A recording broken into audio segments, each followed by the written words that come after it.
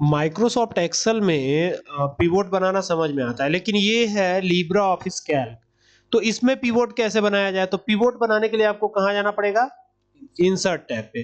तो ये insert tab है और ये डेटा है। डेटा में आपको दिख रहा है employee ID, employee name, product name, quantity, rate, और यहाँ टोटल अमाउंट भी निकाल लिया गया है। तो ये सारी की सारी चीजें यहाँ दिख रही होंगी। ठीक है, यहाँ फॉर्मूला यूज किया गया है, तो फॉर्मूले को मैं एडिट करके दिखा देता हूँ। ये मल्टीप्लाई ही किया गया है, तो ये कुछ इस प्रकार से है, आप देख लीजिए। ठीक है, अब एंटर कर दिया तो ये आ गया। लेकिन हमको पिवोट बनाना है, तो इस डेटा में कहीं पर भी क्लिक करना है, बाहर नहीं क्लिक करना। इस डेटा में कहीं पर भी क्लिक करके और क्या करना है, कंट्रोल ए कर लेना है। कंट्रोल ए से ये पूरा डेटा सेलेक्ट हो जाएगा। ठीक है, अब हमको यहाँ से इंसर्ट टैब पे जाना है और इंसर्ट टैब पे जाके जरा सा और नीचे आएंगे तो नीचे हमको क्या दिखेगा, यहाँ पर बल्कि ये पिवोट टेबल है, तो पिवोट टेबल पे जाएंगे और हमको करंट सिलेक्शन का ही पिवोट बनाना है, तो हम करंट सिलेक्शन का ही पिवोट बनाएंगे। ठीक है, यहाँ पे लिखा हुआ है data source registered in calc, तो data source registered in calc पे जाना ही नहीं है, हम करंट सिलेक्शन पे ही बनाने वाले हैं। तो ओके कर देंगे। अब यहाँ पर भी आपको 4 सेक्शन दिखेंगे। पहला फिल्टर है, दूसरा डाटा है, तीसरा रो फील्ड है और तीसरा लास्ट है डाटा फील्ड्स। ठीक है, तो अभी कहां जाने से क्या होगा, ये एक कंफ्यूजन रहती है। तो हम यहां पर देखिए, ये एम्प्लॉय आईडी है, सर्च हम एम्प्लॉय आईडी के बेस पे करेंगे, तो ये हमने कर दिया एम्प्लॉय आईडी। ठीक है, और यहां पर आपको दिखाई दे रहा होगा प्रोडक्ट नेम। ठीक है, तो प्रोडक्ट नेम को उठाया, रो फील्ड में डाल दिया, तो ये रो फील्ड में चला गया। अब आप चाहे तो रेट को कहां डाल सकते हैं, रेट को या क्वांटिटी को, जो भी आप करना चाहें उसको आप डाटा फील्ड में रख सकते हैं। क्या, टोटल को रखते हैं यहाँ पे डाटा फील्ड में। ठीक है, और अब हम क्या करेंगे, यहां से ओके करेंगे। तो ओके करने पे आप देखेंगे कि यहां पर अभी फिलहाल कोई एम्प्लॉय आईडी सिलेक्टेड नहीं है। सिलेक्टेड है क्या? नहीं है। तो यहां पर ये रिजल्ट आ रहा है। ठीक है, फाइल फोल्डर आपने दिया होगा कोई प्रोडक्ट। ठीक है, प्रोडक्ट केवल 2 3 4 5 ही दिए हैं क्या आपने?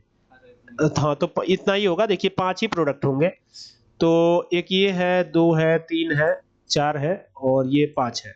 तो यही 5 बार बार रिपीट हुए होंगे। तो यहाँ पर कितने प्रोडक्ट्स की डिटेल आ रही है? 5 ही की डिटेल आ रही है, क्लियर है।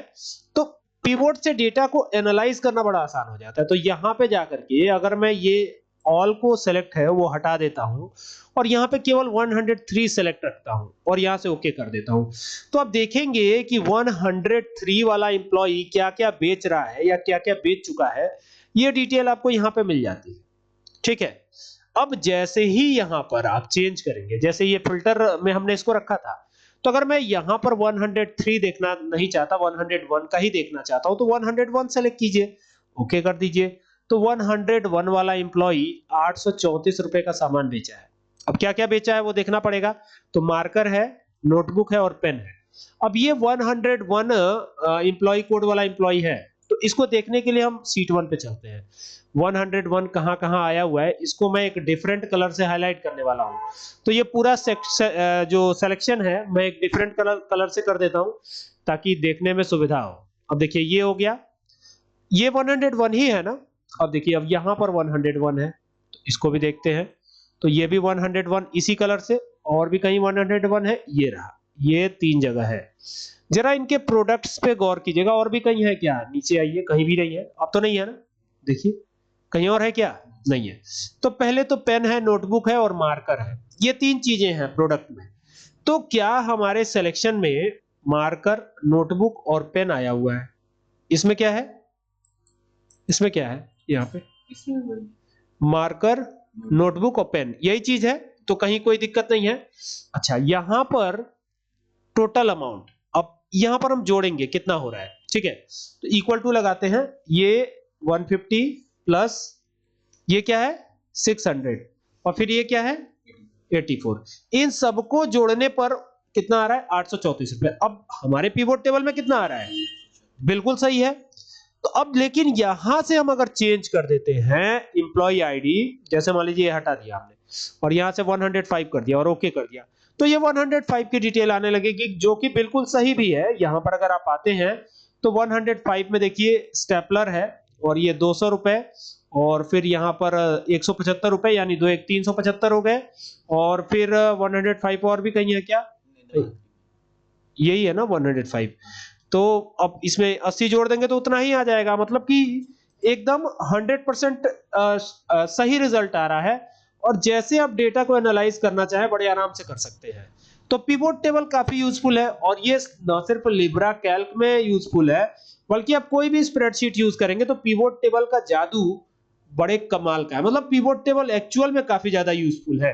ठीक है, ये तो मैंने सिर्फ एम्प्लॉय आईडी के बेस पे किया, आप इसको किसी के भी बेस पे तैयार कर सकते हैं। जैसे अगर बात करें हम एम्प्लॉय नेम के बेस पर, तो अगर आप इसको कंट्रोल ए करके सेलेक्ट कर लेते हैं, अब ये पूरा डेटा सेलेक्ट करना है, इसको तो पहले हटाना पड़ेगा। ठीक है, अब यहां पे जाते हैं और कंट्रोल ए करके सेलेक्ट करते हैं, तो ये सेलेक्ट हो गया डाटा। अब यहां से जाएंगे इंसर्ट टैब पे, इंसर्ट टैब पे जाके फिर वही पिवोट टेबल पे जाएंगे, और पिवोट टेबल पे जाके करंट सिलेक्शन से जाएंगे। अब इस बार क्या करते हैं, अब इस बार हम एम्प्लॉय नेम ले लेते हैं, यानी फिल्टर हमको किसके बेस पे करना है, दो डाल सकते हैं सर। हाँ डाल सकते हैं। ठीक है, लेकिन फिलहाल दो डालेंगे तो अभी कंफ्यूजन शुरू हो जाएगी। तो यहां पे हम क्या करते हैं, इसमें प्रोडक्ट नेम रखते हैं। ठीक है, अच्छा मान लीजिए ये क्वांटिटी और रेट भी यहां रख लिया जाए तो कोई दिक्कत है, अभी तो रख लिया, और बाकी टोटल अमाउंट को यही रखेंगे हम। तो अभी अगर यहां से ओके करते हैं तो ये ऐसे आएगा, देखिए देख रहे हैं।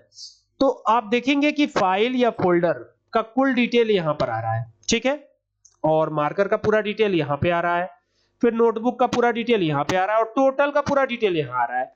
अभी यहां पे कुछ भी सिलेक्टेड नहीं है, तो यहां से हम अब चेंज करेंगे। जैसे ये सब नहीं चाहिए, केवल अंकित वर्मा का चाहिए, तो अंकित वर्मा को सेलेक्ट कीजिए, ओके कीजिए।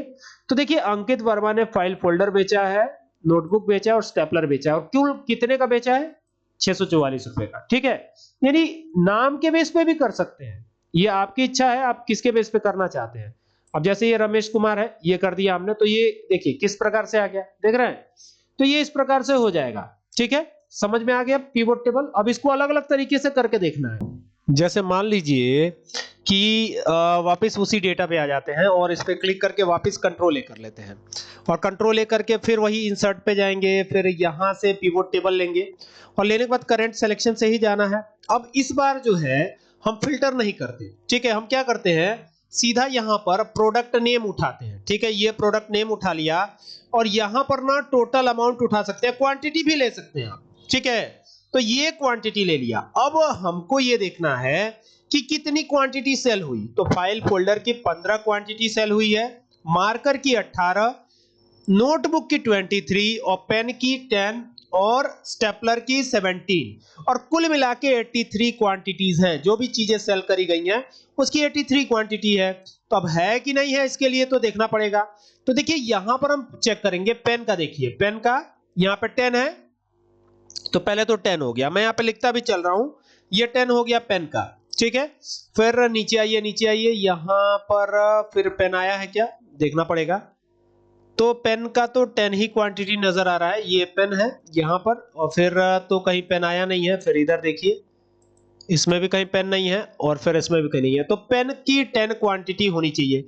तो एक बार चेक करते हैं पेन की 10 क्वांटिटी है कि नहीं है। ठीक है, पेन की 10 क्वांटिटी है कि नहीं है। अच्छा, यहां पर एम्प्लॉय आईडी भी लिया गया है, तो 105 वाले एम्प्लॉय ने यही बेचा है, ये भी यहां पे शो हो रहा है। ठीक है, यहां पर तो ये है, ये आ गए, ये आ गए। और अब यहां पर आप देखिए पेन की कितनी क्वांटिटी है, 10 दिख रहा है, ये 10 है, 10 ही दिख रहा है। स्टेपलर 17 है, तो स्टेपलर 17 है कि नहीं है देखना पड़ेगा। तो यहां पे चेक करते हैं स्टेपलर, तो ये स्टेपलर 2 हो गया, यहां पर मैं इसको हाईलाइट कर रहा हूं, ये स्टेपलर 2 हो गया। फिर देखिए स्टेपलर 6 हो गया, तो 6 2 8 हो जाएगा कुल मिला के।